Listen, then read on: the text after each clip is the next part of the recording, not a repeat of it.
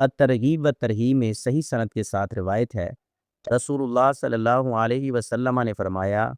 سب سے افضل عمل کسی مسلمان کو خوش کرنا ہے کہ تو اسے لباس پہنا دے، یا اسے بھوک میں کھانا کھلائے، یا اس کی کوئی ضرورت پوری کر دے۔ اس حدیث کا مفہوم یہ ہے، عید کے موقع پر اپنے اہل و عیال کو خوشیوں میں شامل کرنے کی طرح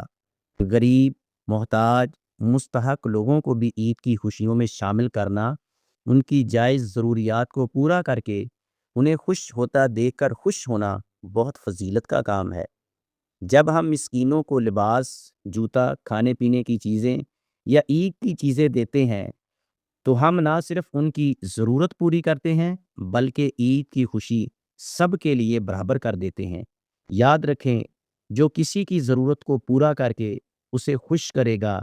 ایسے بندے کی ضروریات کو اللہ پورا بھی کرتا ہے اور اسے ہنستا مسکراتا بھی رکھتا ہے۔